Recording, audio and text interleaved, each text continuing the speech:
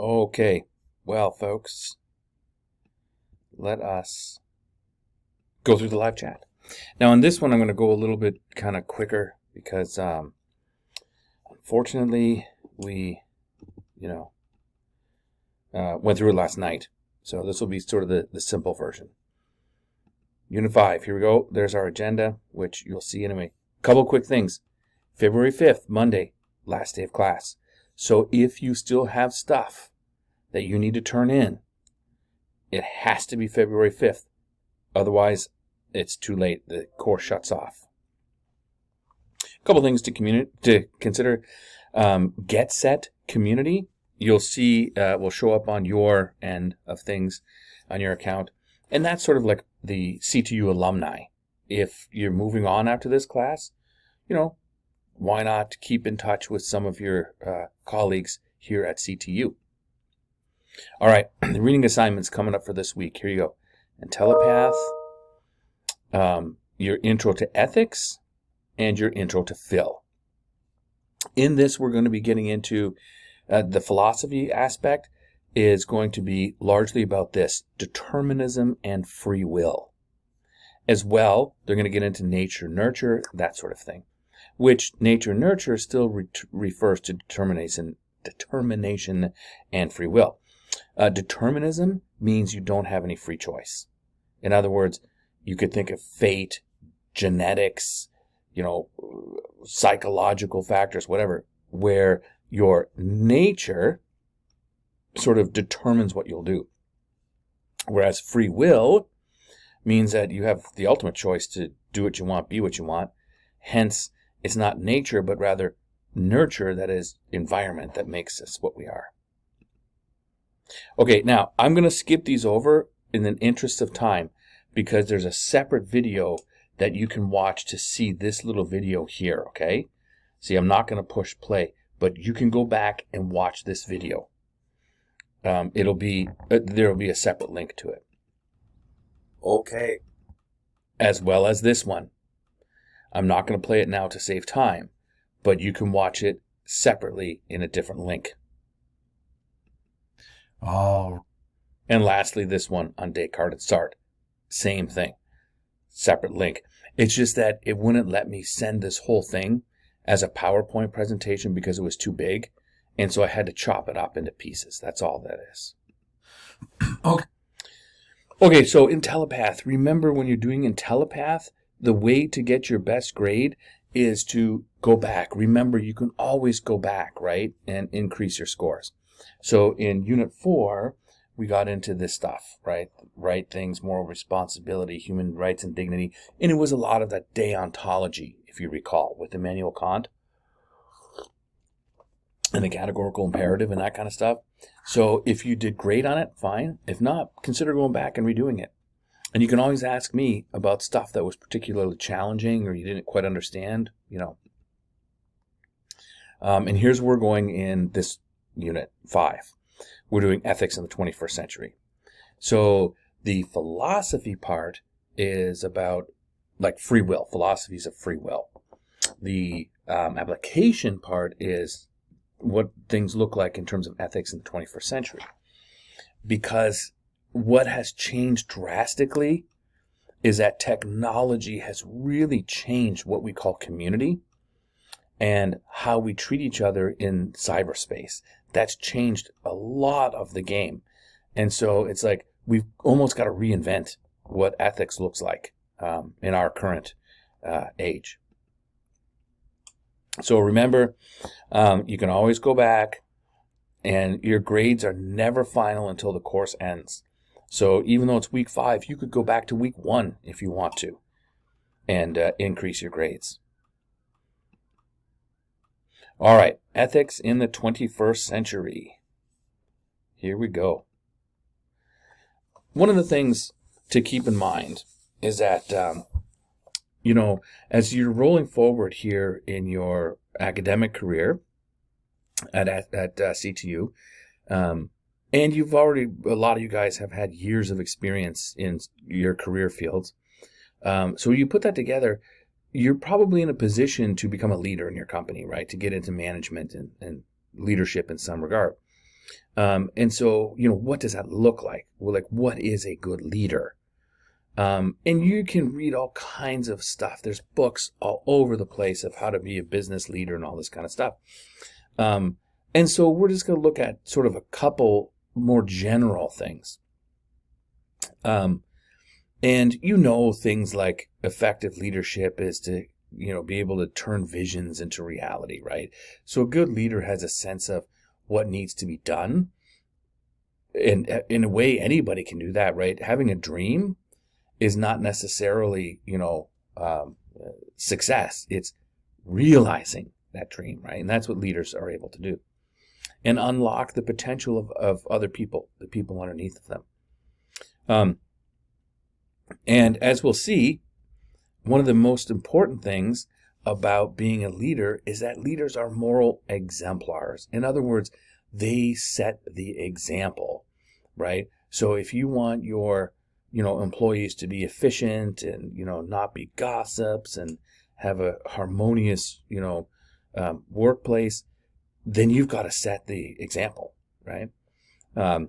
And indeed, when it comes to leading your company or your team or whatever, a few important things are certainty, right? I mean, you as a leader, you don't want to admit that you don't want to necessarily say that you're infallible, but you do need to make decisions and have people, believe in you, right? So you can't be wishy-washy and stuff. Positivity. You definitely want a leader who is not going to complain all the time and say, hey, this project is stupid or something like that, right? Leaders need to be positive because then that sets the tone for the team. And check out this unity of self and morals. We spoke about that, if you recall, with Aristotle way back in, was that Unit 1, I think? And the idea is to be a person of integrity, right? And here comes integrating, comes from the algebraic word integer, which means whole number, right? And so a person of integrity is literally someone who's a unity of what they do and what they say, right? So what you believe is what you do. That's the deal. There isn't a difference between, do as I say, not as I do.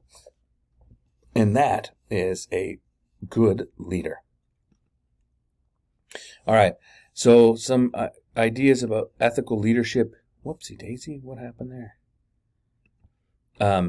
In a globalized world. Why are we bringing this up? Well, because the thing is, right, with technology, often our communities are no longer people who are close to us physically, right? And so, you may actually have stronger ties to people you talk to online than the people who literally live beside you. I know where I live, the houses are starting to turn into rentals. And so that's every year new people are coming and going. And it's like, you just get to the point where it's like, you don't even have the time to know your neighbors, right? So what does that mean? Well, what that means is, since we're not in a physical community, we got to think a little bit more about how we conduct ourselves, right?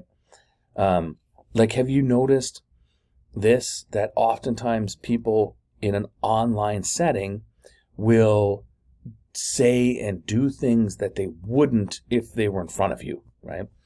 Like, I know, for instance, my neighborhood has a Facebook page, and people go on there, and the things they say to each other, cussing each other out and stuff, it's unbelievable. It's like people would not say that sort of thing to each other's faces, right? So anyways, this is one of these challenges as we move into the 21st century. Well, not move into, we're in the 21st century. How to maintain ethical ties in a new non-physical community. One way is, and this comes up in Telepath, to use what's called Ren in Confucius philosophy, which is benevolence. Benevolence simply means goodwill. The volence means will, bene means good, so goodwill. And if we can just foster a root attitude of goodwill then that will like carry us on in a lot of stuff in order to, be the foundation of our behavior online. So goodwill, if we just have a goodwill towards others, then we will be more patient. We will be more understanding. We might stop and listen rather than yell back. That sort of thing. Another aspect for us to consider in the 21st century is corporate social responsibility. And this didn't used to be a big deal. I mean, yes, we've, for a long time, for decades, the EPA has been after companies to, not destroy the environment. The Department of Labor is after employees to ensure, equitable and safe workplaces, that sort of thing. However, in recent decades, we've realized how big the impact of some of these corporations is. And they really are almost members in a community, like super members, really, because their decisions affect the planet and, the population in ways that are far more significant than just like little old you and I. So the question is, what are the ethics that we need to use to, provide policy and legislation for companies? All right. Moving forward, we can look at some stuff about social media and that sort of thing as well, which might more directly impact you, right, in your workplace. Surely you've had to sit through at your jobs, those cyber technology things, avoid phishing scams and all that kind of stuff. That's the kind of level that it would likely, affect us for the most commonly and every day in our jobs. So, internet ethics. Well, what is it? They're principles and guidelines to be applied while using the internet. It's that simple, right? And a lot of this is common sense, right? You got to supervise kids, because the thing about the internet is it's kind of like the Wild West, isn't it? Like, who polices the internet? There's no one country that produces the internet, right? And so that's the trouble. So what that means is we can't really rely on just companies and governments. We've got to rely on ourselves too, right? So we've got to have our own codes of ethics when we're out there on the internet. And what are these ethics? Well, things like respect the rights of minors, right? Be careful about sharing information, understand about, the intended uses of things, that kind of thing. And we'll get into more of this as we roll forward. Now, the challenges of applying ethics over the internet is, we've kind of mentioned really quick before. Should we apply our moral standards to the internet, or should we develop new norms? If it's borderless, how do we accommodate a multiplicity of values? Are we to follow the established netiquette? Who's responsible for setting ethical standards and enforcing them? So you see the trouble, right? Even something like netiquette. You ever notice we start our live chats with that little thing about netiquette, like, things to do and not do while you're in this live chat class? And so, smoking, as one of the things is netiquette, is you don't smoke while you're in a meeting. But it's not like it's a law, right? It's one of these sort of goodwilly things of where you should just try to be professional, but there's no law that says you can't smoke, while you are on a Zoom meeting. But that's what we mean by netiquette. And what do we do? What standards and how do we apply them? So Lena, her issue for this particular unit is a coworker, basically, I'm going to just quickly sum it up, is angry and goes on social media and does a rant, basically, and throws some people under the bus. That's the size of it. And now it's like, people are like, what's up with that? Okay, so social networking, social media, these sorts of things. The problem can be, right, when we make buddies online, and this can happen in real life too, right, about keeping secrets or, expressing an emotional kind of reaction rather than, a professional reaction, that sort of thing, we can sometimes get in trouble with what we say online. So first of all, we got to consider privacy, right?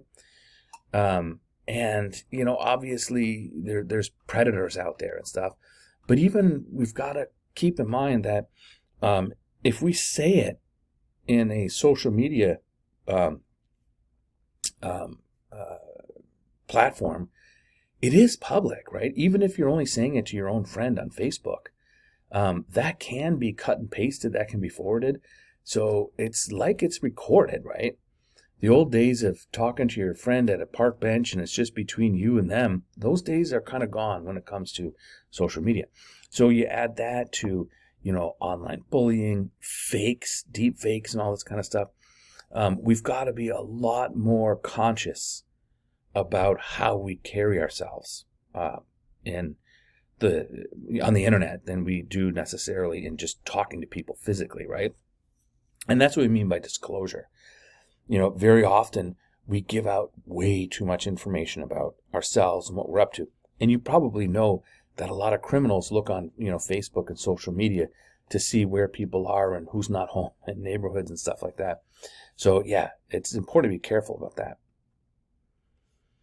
Okay, a few sort of acceptable do's and don'ts, right? Like, you can't, when you're online, share stories that, malign and hurt and throw others under the bus, basically.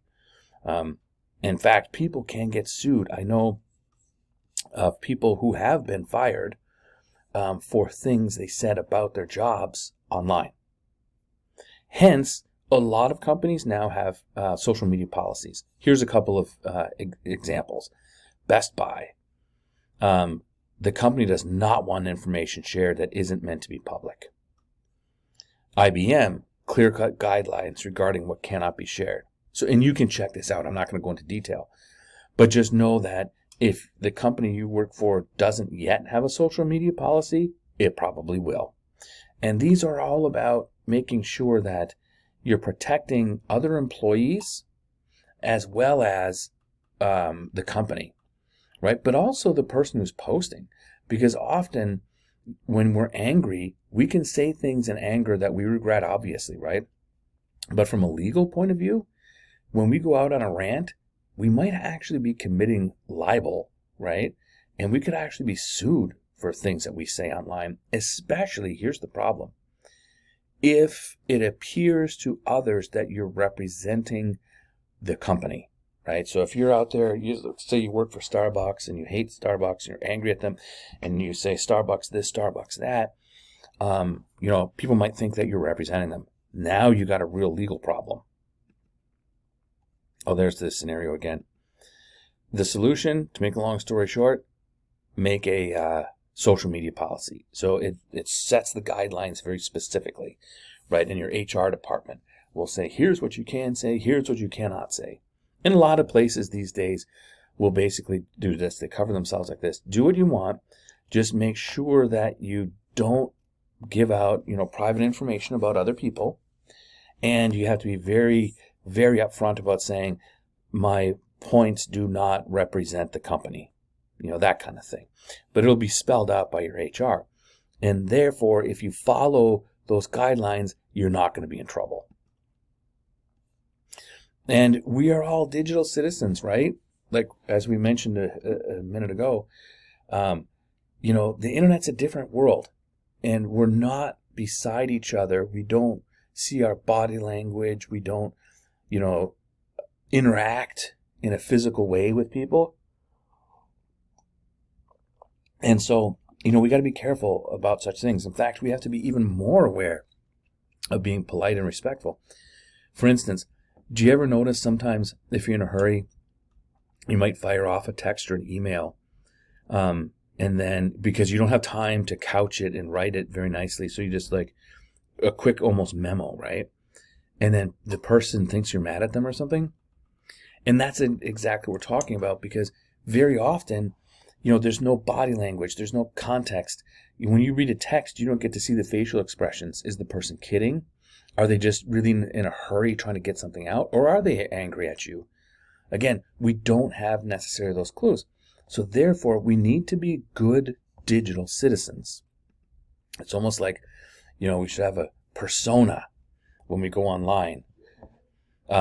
So lastly, here's a little something about ethical dilemmas. I've gone through this before. Whoopsie daisy, sorry.